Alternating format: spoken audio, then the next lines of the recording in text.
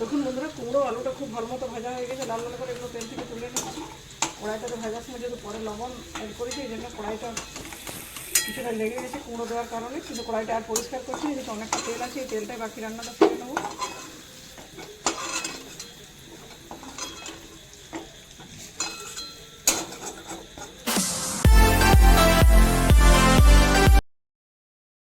নমস্কার বন্ধুরা, কেমন আছেন? আশা করি আপনারা সকলেই ভালো আছেন। আমি আজ একটা আপনাদের মন ভালো করার মতো রেসিপি নিয়ে হাজির হয়েছি। এটি সম্পূর্ণ নিরামিষ রেসিপি।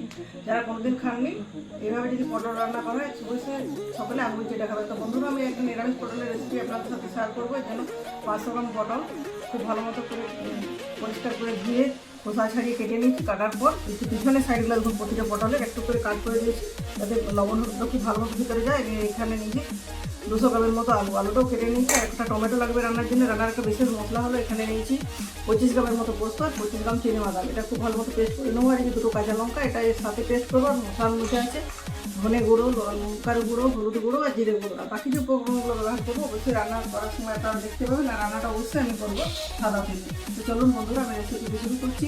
প্রথম থেকে শেষ পর্যন্ত ধৈর্য ধরে দেখার অনুরোধ রইল। তো বন্ধুরা, একটু আমি রান্নাটা শুরু করছি। আপনারা সবাই আমার সাথে থাকুন, কোথাও যাবেন না। রান্না শুরু করার আগে আলু পটলগুলো খুব ভালো মতো করে ভেজে নিতে হবে। যেন কড়াইতে দিয়ে দিচ্ছি সানফ্লাওয়ার তেল।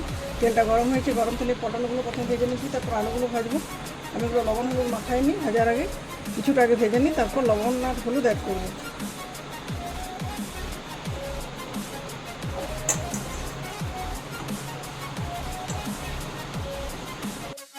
দেখুন বন্ধুরা, 4 মিনিট সময় ধরে পটলটা ভেজে নিচ্ছি। দেবে এখন পর্যন্ত লবণ বা হলুদ কোনোটা অ্যাড করিনি। এরপর দিয়ে দিচ্ছি লবণ। যতক্ষণ না দিচ্ছি পটলের দানাগুলো যতটাই কালার চেঞ্জ হোক, দানাগুলো খুব ভালো মতো করে ভেজে যাবে না। সামান্য একটু হলুদ অ্যাড করছি, কিন্তু প্রস্তুতি রান্নাগুলো লবণ আর হলুদ দেওয়ার পর আরও 2-3 মিনিট ভেজে নিচ্ছি। যতক্ষণ পর্যন্ত গ্যাসের ফ্লেমটা হাই ছিল, গ্যাসের ফ্লেমটা আমি লো টু মিডিয়ামে করে দিচ্ছি। তো বন্ধুরা, পটলটা খুব ভালো মতো ভাজা হয়ে গেছে, তেল থেকে তুলে নিচ্ছি। ওই তেলে আলুগুলো ভেজে নেবো।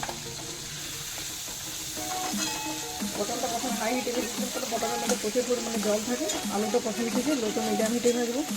আলু কীভাবে ভাজবো, প্রথমে আলুগুলো তেলে দিয়ে দিচ্ছি। গরম তেলে কিছুক্ষণ ভেজে নেবো 2-3 মিনিটের মতো, তারপর লবণ আর হলুদটা অ্যাড করবো।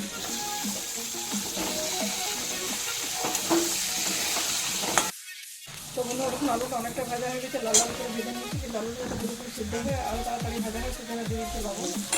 আলুগুলো সামান্য একটু অ্যাড করছি। আর এই রান্নাটা কিছুটা পর থেকে কুমড়ো অ্যাড করছি। কুমড়োগুলো রান্নাটা খেতে খুব দুর্দান্ত লাগে।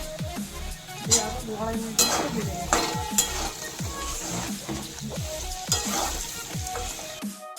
দেখুন বন্ধুরা, কুমড়ো আলুটা খুব ভালো মতো ভাজা হয়ে গেছে। লাল লাল করে এগুলো তেল থেকে তুলে নিচ্ছি। কড়াইটাতে ভাজার সময় যেহেতু পরে লবণ অ্যাড করেছি, এই জন্য কড়াইটা কিছুটা লেগে গেছে কুমড়ো দেওয়ার কারণে। কিন্তু কড়াইটা আর পরিষ্কার করছি, যেহেতু অনেকটা তেল আছে। এই তেলটাই বাকি রান্নাটা করে নেবো।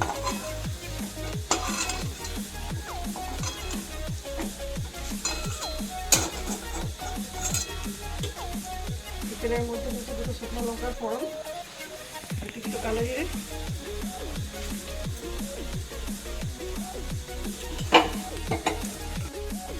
ফোড়নটা খুব ভালো মতো ভাজা হয়ে গেছে। যে গুঁড়ো মশলাগুলো নিয়েছিলাম সেটা জলে ভিজিয়ে রেখেছিলাম, ভিজিয়ে রাখা গুঁড়ো মশলাটা দিয়ে দিচ্ছি। তারপর তেলের সাথে খুব ভালো মতো করে কষিয়ে নিচ্ছি।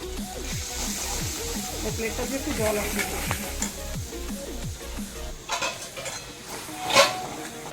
মশলাটা খুব ভালো মতো কষানো হয়ে গেছে। তো কেটে রাখা টমেটো দিয়ে খুব ভালো মতো কষিয়ে নিচ্ছি। কিছুক্ষণ এই মশলাটার মধ্যে একটু লবণ দেওয়া ছিল তেলে, টমেটোটা খুব তাড়াতাড়ি সিদ্ধ হয়ে যাবে।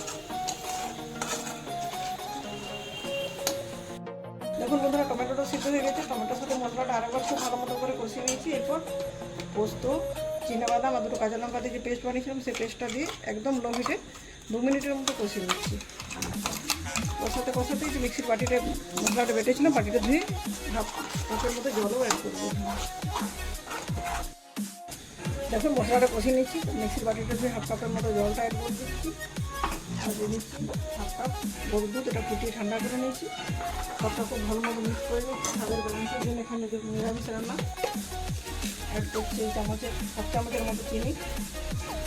গ্রেভিটা ফুটে উঠে তখন ভেজে রাখা সবজিগুলো অ্যাড করবো। সবজিগুলো এমনিতে ভাজার সময় সিদ্ধ হয়ে গেছে, আলুটাও সিদ্ধ হয়ে গেছে। দেখুন একটা হাত দিয়ে দেখাচ্ছি, পুরো সিদ্ধ হয়ে গেছে। খুব বেশিক্ষণ রান্নাটা হতে সময় লাগবে না।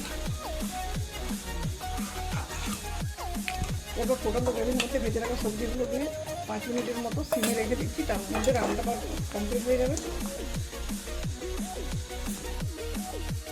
দেখুন বন্ধুরা, কিছুক্ষণ সিমে রেখে রান্না করে নিয়েছিলাম। রান্নাটা আমার পুরো কমপ্লিট হয়ে গেছে, দুর্দান্ত হয়েছে দেখতে দেখুন। উপর থেকে সরিয়ে রাখা কিছুটা কসুরি মেথি। দেখুন নিরামিষ রান্না বা আমিষ রান্না কসুরি মেথি দিলে স্বাদটা দুর্দান্ত হয়। আর দিয়ে দিচ্ছি 1 চামচের মতো গাওয়া ঘি। সবটা খুব ভালো মতো মিক্স করে নিচ্ছি। তো বন্ধুরা, রান্নাটা রুটি লুচি সব কিছুর সাথে খেতে দুর্দান্ত লাগবে। আমি অবশ্যই রুটির সাথে সার্ভ করবো। আশা করছি আমার এই পুজো স্পেশাল নিরামিষ রান্নার রেসিপিটি আপনাদের খুবই ভালো লাগবে। যদি ভালো লাগে লাইক, শেয়ার এবং চ্যানেলটি সাবস্ক্রাইব করে আমার পাশে থাকবেন। আমার চ্যানেলে নতুন নতুন ভিডিও আপডেট পাওয়ার জন্য চ্যানেলটি সাবস্ক্রাইব করে অবশ্যই পাশে থাকা বেল বাটন অন করে দেবেন।